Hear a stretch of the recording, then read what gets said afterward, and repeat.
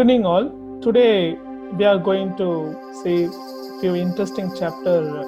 There are the recent discoveries. Probably I'll put it as evolutionary gems. Why I call these as gems? It's like a precious discoveries.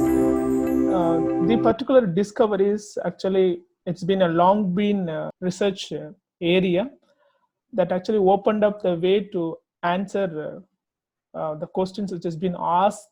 These articles, it is not about the journal called Nature. There are several discoveries. It's been published in Nature in last decade. I'm going to give just 4 examples out of it.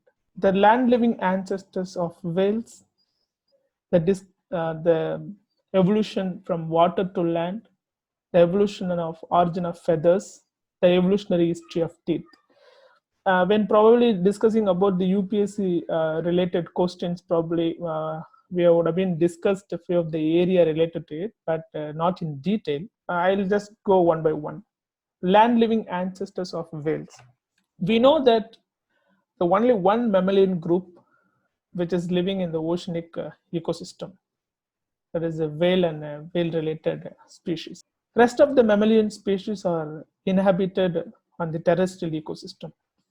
So here you could find the disjunct distribution of the mammalian taxa. The mammalian group, all the sister species, they come from the mammalian same ancestry, living on this terrestrial ecosystem. But only one group, it's actually happily swimming in the oceanic ecosystem. How would it be possible? What actually makes the link between the terrestrial ecosystem to the marine ecosystem? How this mammalian species are considered to be the recent evolution in animal kingdom compared to other. The articles published in 2007 that brings out the linking a bridge between this particular question. The whales originated from aquatic archaeodactyls in the Eocene epoch of India. Eocene means in a geological time. There are some fossil records discovered from India that links the ancestor of the whales, which is happily swimming in oceanic ecosystem. These are all the fossil records which has been collected from Kashmir Valley that actually been gathered. It's not, you won't get like entire skeletal structure of an animal as a fossil, because you will get the remnant pieces, how the fossilization would have occurred during that period. Based upon that, the fossil records will get. It is not a complete information about the particular fossil. These are all the body parts have been stored or preserved as a fossil, which has been collected from Kashmir. That actually been taxonomically, it's derived as it's like a dog-like species. They have the fur, but when you look at this particular species, now it belongs to rhyolites. The rhyolites are the one it comes from the genus Indohyes, because it has been taken from the that particular valley where the Indus River flow.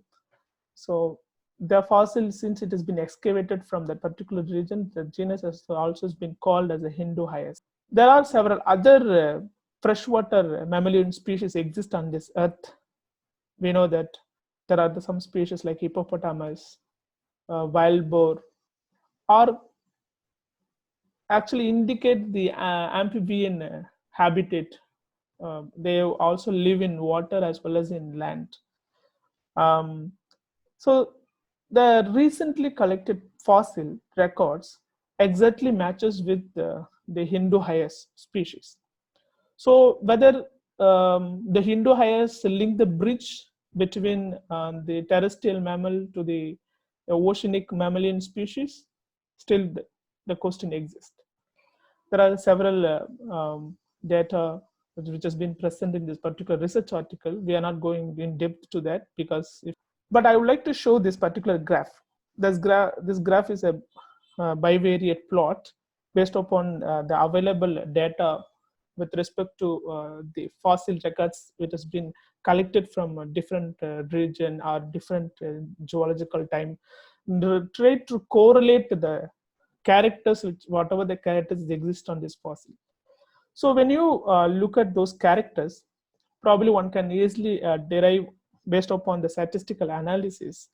So we try to fix or which could be the nearest animalia, nearest animal species based upon the available characters.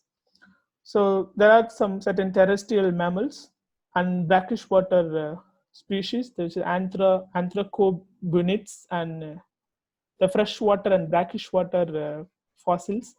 But Indo-Hyas still it stands much far from those species. Though it is these two group are actually very close to the brackish water and freshwater, where it links the land and the ocean, but still the Indo-Hyas stands uh, up away from them. So, what kind of modification this particular fossil records indicates?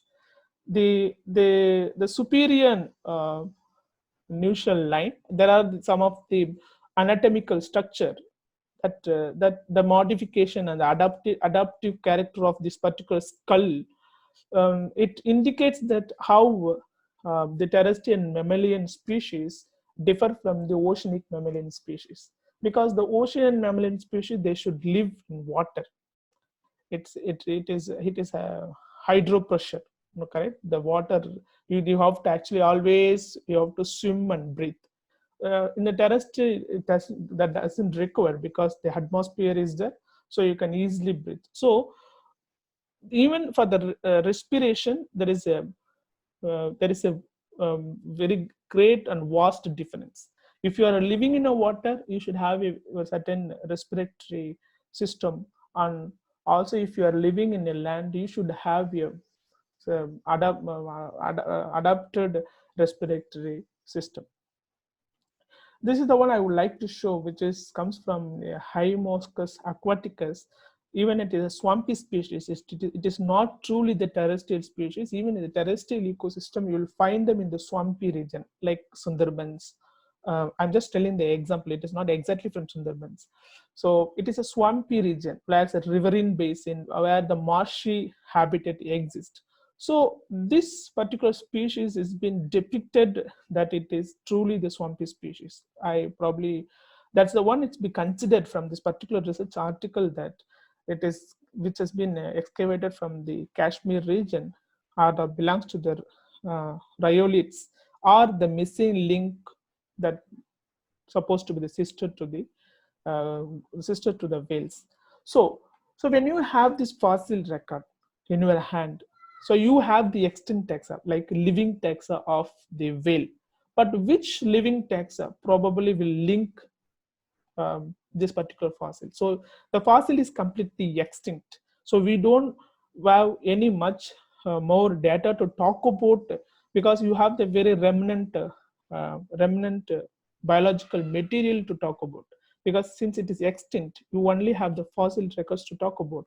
So if having this as a missing link, so how one can bridge the veil to the already existing mammalian species?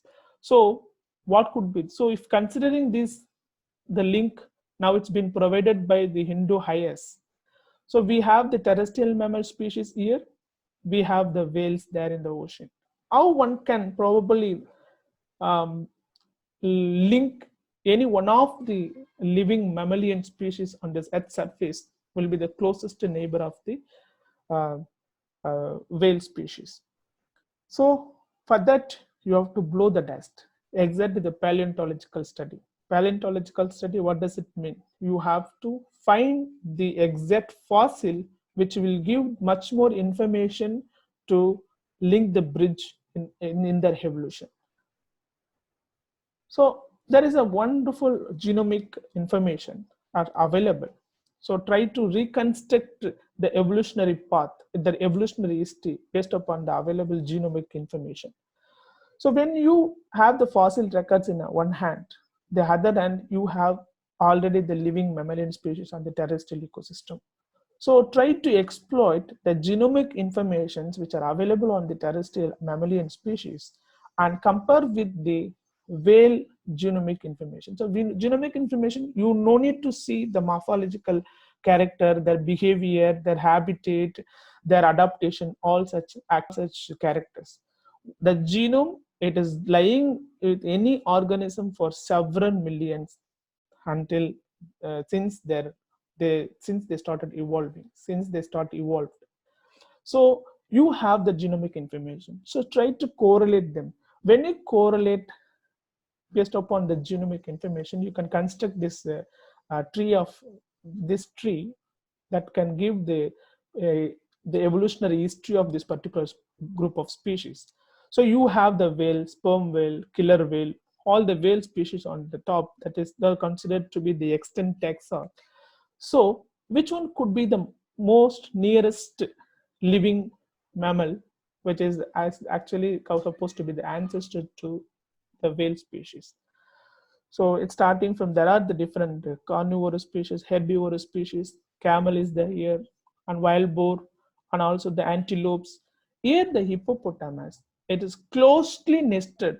Closely nested means it's closely clustered with the whale species. So this particular study very closely highlights that the hippopotamus are the freshwater mammalian species, that particular species link the, it has been linked by the Indo-Higher species, the fossil records, which have the sharing ancestry character between whale and the hippopotamus. And also recently, the fossil records which has been found from the Assam coal fields also indicate the ancestral fossil records of the hippopotamus from the Tethys basin, this Tethys oceanic basin. So that indicates that the freshwater mammalian species which is the closest neighbor of the whale. So their evolution, we know that the evolution of the animalia happened from water to land, but the whale, it's considered to be the extinct taxa, which means the recent taxa in the mammalian group found the evolutionary reversal back to the water. So we are going to see furthermore slides related to how the evolution is occurred from water to land.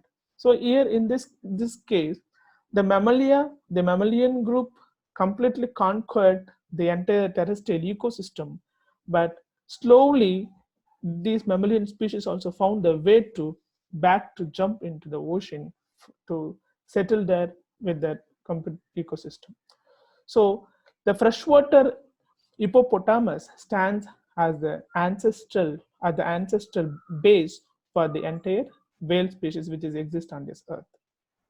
So the evolutionary transition occurred very clearly that from freshwater terrestrial ecosystem to the oceanic system. This is how the genetic information provides the information that the whale has got the closest neighbor in evolution, which is hippopotamus. The second, the precious stone, I would say, gems in the evolutionary discovery is the evolution that links the evolution of animals from water to land. Nearly 3 decades of research to find the missing links between, in this particular study, the Devonian tetrapod like fish, and that shows the transitional character between the fishes which is already exists in the oceanic ecosystem, which is also gives the very good indication and unravels the evolutionary lineages to the terrestrial animal species that we are going to see. Here you would see the transition of genetic lineage between fish with fins and the tetrapod with the limbs. How the modification or adaptation of fins modified into limbs. But this particular study found the fossil records from Ellesmere Highland of Nunavut province of northeast Canada. They found the fossils They have reconstructed the fossils in that. It's not a very big, it's very small fish species. So they've got the information from this particular paleontological expedition. So they'll successfully constructed the uh, fossilized the animal species which are swimming in the oceans. How much the adaptations which is required if the animal wanted to live on the land. We know that if you take out the fish from the water and put it on the land, definitely die, because it doesn't have any adaptational character to survive on the land. Because surviving in the water, it's different, and surviving on the land surface is different, because for each and every ecosystem, the animals have the adaptational character to live on. So how this particular organism found the reason against the desiccating environment, from the desiccating environment where they lived, to the crushing burden of the gravity which exists on the land. So what makes them to undergo the adaptation in the evolution? These are the fossil records which clearly indicates that how this character been evolved. So only one very important point here I would like to make, that they have actually reconstructed the skull roof of these tetrapods. These are the tetrapods. The respiration, because generally we know that the fishes will respire through gills. They have fins to swim. This is how the fish lives in the ocean, correct? So if the particular fish really wanted to survive on this land, really wanted to come to the land, they have to gain certain characters. The same way they have to lose some certain characters which is not required on the land. So the gills, it's not required if if the exactly the particular fish wanted to live on this land. So the gills, respiration through gills, it needs to be modified like how the land animals respire. We got the nozzle. All the land animal species have got the especially the reptiles and mammals have got the nozzle, and that particular adaptation is very much important. Even the animals which live in a burrows also have the modification in their respiratory adaptation. The same way, the fish, they got the fins to swim. If they really wanted to walk on this land, so they have modified their fins into limbs like legs, so they could easily swim. So probably in this picture you could see how the fins modified into legs, how their gills modified into nostrils. That's how this particular skull, which clearly indicate these are all the fossil records. The modifications occurred in the respiratory system, make them to have the amphibian habit, like they could live in a both environment. This is how the fossil records have the dual role, like they could also live in water, they could also they could, survive on this land. So that actually eventually lead to the evolution of the reptilian taxa. So we have the extent, the living taxa on in this particular group, that is salamander fish. We know that salamander also is considered to be, it is not considered to have a very good the primitive character, that primitive character which indicate that it's considered to be the ancient and primitive fish species on this earth. So have to have the, with respect to these tetrapods, the helpist help helpistostigits, the group of fish, are considered to be the primitive group of species which led the evolution of the entire animal species which is exist on this land. This is how the evolution occurred from water to land, the modification, and also the vertebrate modification, very uh, uh, uh, very I would say that flexible vertebrate modification um, make them to more mobile on this particular land surface. Instead of swimming, they have to walk and they have to travel on this land surface. So this particular adaptation and the fossil records indicate that this particular evolution is occurred about 360 million years ago. So getting a leg, it is very important. Modification of the lobe-finned fish and amphibious tetrapods, they are the one actually bridge the link between the water and to the land. So this is how the modification occurred about 360 million years ago. So then the next is the origin of feathers. We we probably discussed about this, how the evolution, which one is the ancestor to the entire birds. The birds are the recent, compared to the mammalian species, the birds are the ones are very recent in evolution, because they found the habit of flying and the flight behavior. So where they have come from? So it was long been kept, all these bird species, under a reptilian group in the animal kingdom. So the recent fossil records, they give the polarization, like in the evolution, that how the bird species we have what, whether are they really belongs to reptiles, because birds in animals, they have kept under reptiles.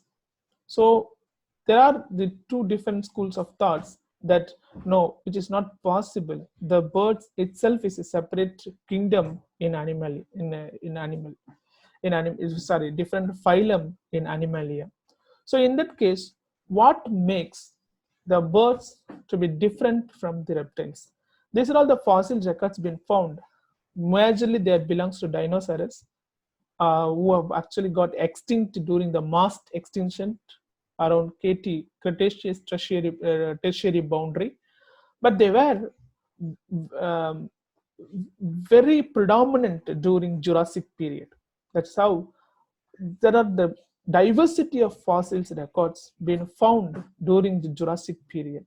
So this Jurassic period, these animals have got a separate modification of having feather. So the reptilia, the lack of feather, which and the dinosaur species having feather, having wings, that makes them like a transitional forms of transitional forms between the reptiles and bird species. Then Archaeopteryx like theropod from China, very recently been discovered, that makes a yeah, there are several fossil records related to Archaeopteryx, but the recent Archaeopteryx like fossil from China, which was very complete and have got a very good information to conclude this particular observation in evolutionary history. This is the fossil, very small phoenix bird. I would say it's a phoenix bird, Archaeopteryx, and it has been called now. It's been scientifically called as a Zyotingia zingi. This particular fossil, which has been reconstructed, and there are several available characters exist from this particular fossil record. You could say here it's their flight nature, as well as the skull nature, their leg and limbs, and forelimbs, and uh, the all this particular information is thoroughly been compared with already available fossil records. This was the first fossil record found with related to Archaeopteryx from Bavaria of Germany around. This has been dated back to 150 million years, that belongs to Jurassic. Then later there are two other fossil records also found from China, but which were not complete. But the Zeontongia was a complete fossil record. That makes the link here. So the birds, it is not been nested, or it is not belongs to the phylum reptile, which is actually the different phylum out of the reptilian group, because they have evolved much earlier. And also there is a transitional evolutionary forms, which are the dinosaurs group. The dinosaurs are they are the intermediate between the reptiles and the birds, but which doesn't have the flight behavior.